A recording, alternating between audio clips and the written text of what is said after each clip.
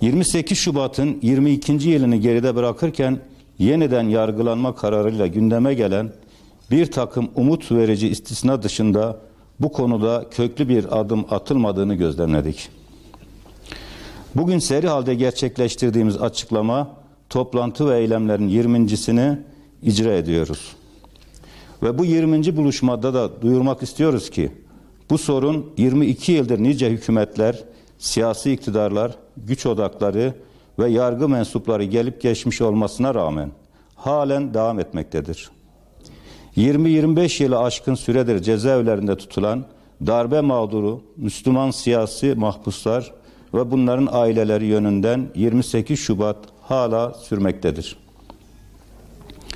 28 Şubat'ın hemen her çevrede darbe olarak adlandırıldığı, bir kısım 28 Şubatçının müebbet hapis cezası aldığı, briefingli ya da paralel yargının elemanları olup kritik mahkemelerde görev yapan hakim ve savcıların ihraç ve tutuklamalara muhatap olduğu, örgütçülerin başka kişileri örgütçü diyerek soruşturduğu ve cezalandırdığının ortaya çıktığı bu günlerde dönem yargılamalarına meşru yargılama muamelesi yapmak için açık bir zulümdür. Çocukları babasız, anneleri evlatsız bırakan bu sorun matematik hesabıyla 20-25 yıllık bir sorun olarak değerlendirilebilir.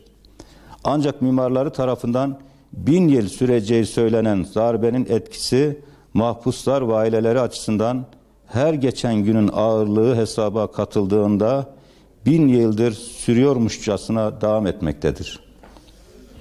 Unutulmasın ki mazlumların ahı bütün siyasi hesapları ve matematik hesaplarını alt üst edecek bir güce sahiptir. Artık hiçbir hesap yapılmaksızın briefingli yargı kararlarıyla hapsedilen mazlumların ve 28 Şubat'ın tahkim ettiği zemine basarak büyüyen paralel yargı kararlarıyla hapsedilen ve hemen her çevreden mazlumun tahliyesi zorunludur.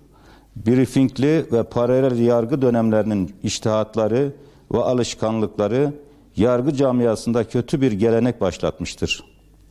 Bu geleneğin sürdürülmesinden doğan yargı zulümlerinin artık son bulması gerekmektedir.